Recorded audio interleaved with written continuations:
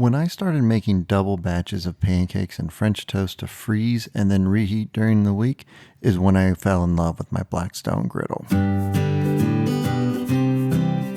My basic process for both is 375 to 400 degree griddle. That's usually 5 to 8 minutes on low for my Blackstone, but I would highly recommend getting an infrared thermometer like this 2-in-1 from ThermoPro. Put down your oil, butter, or what I do most of the time is make a pound of bacon first, then scrape and just cook them in the leftover bacon grease. Even if you scrape like really well, there'll be plenty of bacon grease. There'll be a thin layer on there just to cook everything in.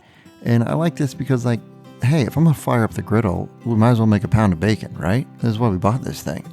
So a quick note about the oil and butter. If you put butter down, it will bubble up and your pancakes will look like this. You'll see the bubbles. If you put oil down or use bacon grease, then your pancakes will look more consistently brown across. Or that's why when you do butter, your first batch of pancakes look different than your third or fourth batch because you've cooked off those bubbles. And I'm not saying one is right or wrong. I love pancakes and butter. I just occasionally get the question of how to make them look quote unquote perfect or flat brown across. And that's how you do it. The butter is bubbling and that's what makes the other ones not look like that. But they're both delicious. Just do whichever one you like.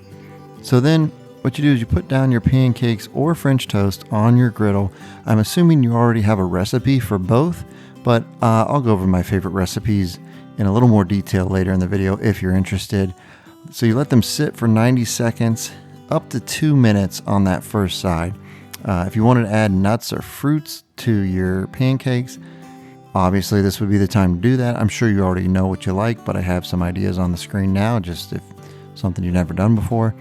You'll usually see bubbles in the pancakes, but for the French toast, you'll have to kind of lift them up and take a peek to know when it's time to flip. Good thing is that it's a lot easier to kind of peek under there on a Blackstone than it is on a pan inside that has a side on the pan. Flip them over and you let them cook for about 1 more minute. And that's pretty simple. The space allows you to make a ton of French toast or pancakes. And like I said, I freeze them for later in the week. If you take anything from this video, please start doubling the amount of pancakes or French toast that you make on your griddle. The same amount of work really to make a few pancakes as it is to make 16 pancakes, and then you'll have an easy breakfast later in the week. But what about making stuffed pancakes or French toast? And how about a quick Rudolph pancake for Christmas time? And finally, at the end, I'll share my absolute favorite must-try upgraded challah bread French toast. This recipe is 100% worth the extra effort. So the older I get, the more I love cream cheese. Don't know why, I just do. This is the absolute easiest filling you'll ever make. It works for pancakes, French toast, or crepes. I don't know if I pronounced that right, but I gave it the old college try. You take an 8-ounce container of whipped cream cheese and add it to a pudding snack pack. Well, isn't that classy? It's like a trailer park stuffed pancake. So now look, whipped cream cheese makes it a lot easier to mix, but you can use regular. You'll just need to put it out on the counter for an hour to let it come to room temperature so you can mix it with the pudding. As for the snack pack, vanilla is the easy go-to. That's the obvious one, but feel free to spice it up with some of the other flavors they have. Some of my favorites are chocolate, and whenever I do blueberry pancakes, I like to do lemon snack pack with the cream cheese.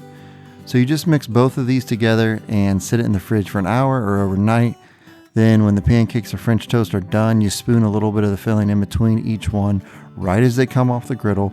The heat will start to melt the cream cheese filling a bit, and then you hit it with some syrup, and oh my gosh, you're in heaven. It's just so good. So easy. You don't even need a recipe for it. Just grab an 8-ounce whipped cream cheese and snack pack next time you're at the grocery store. Rudolph pancakes are simple and fun for Christmas. I'll go over them in less than a minute. You cook your bacon first. This time you actually need the bacon, but seriously, if you're firing up the griddle, make a pound of bacon. Come on. Then do a regular sized pancake about 4 to 6 inches. I don't have a great scratch pancake recipe. I like to just use Hungry Jack, and then I church it up with 1 egg, vanilla extract, and half a tablespoon of sour cream. Don't try to church it up. Your dad named you dirt for a reason. So now we'll break a piece of bacon in half, push it into the top of the pancakes. This will be your antlers. Do a silver dollar size pancake next to it, flip them both, Then you assemble big pancake with the antlers, little silver dollar pancake as the nose, bananas, blueberries for the eyes, finally a strawberry for Rudolph the red-nosed pancake reindeer. So this Challah French toast is a little harder, but it's so dang good. You are using some higher end ingredients for the batter, and you're almost making a custard. Let's compare them. First, my regular French toast batter is on your screen, probably similar to however you do it. Nothing super secret here. This is what I would call a diner style French toast. I always do recommend getting Texas toast. I just like how thick it is. I think it presents better. I think it tastes better. And then the plain white bread. And you only dip it in the batter for like a minute, scrape the side of the pan, throw it on the griddle. We already went over the cooking for this. Bing, bang, boom, it's done. Now, the challah is like an upgrade on all the ingredients in the batter and the bread. So you went from milk to heavy cream, one more egg, not just cinnamon, but nutmeg and orange zest, maybe throw in some Cointreau liqueur. Now we're talking, it's a party in the morning. Here we go. And then you whip it together almost like a custard. FYI, all these recipes are in the description or in my Griddle 101 ebook, which is on your screen now. You also have to find challah bread for this, which I can get at the bakery section of my Kroger and Meijer near me. So hopefully you can find it too. It's not by the bread, it's in the bakery section. But brioche would also give you a similar result. You want to slice the bread and leave it out overnight or at least like 1 hour. This will help it dry out. And that's important because we're going to kind of soak the bread in the batter rather than just dipping it real quick like the diner style French toast. So with your griddle very low, around 300 to 325, I usually achieve this temperature by staggering some burners on, some burners off. You will soak the sliced bread for about 2 minutes per side in the batter. Then cook it in the butter right on the griddle. Again, it's a very low temp, 300 to 325. Sometimes I'll get a whipped, more expensive butter. All the ingredients are more expensive. That's how you get a better French toast. It takes longer to cook because it's low temperature. You're 6 to 8 minutes per side.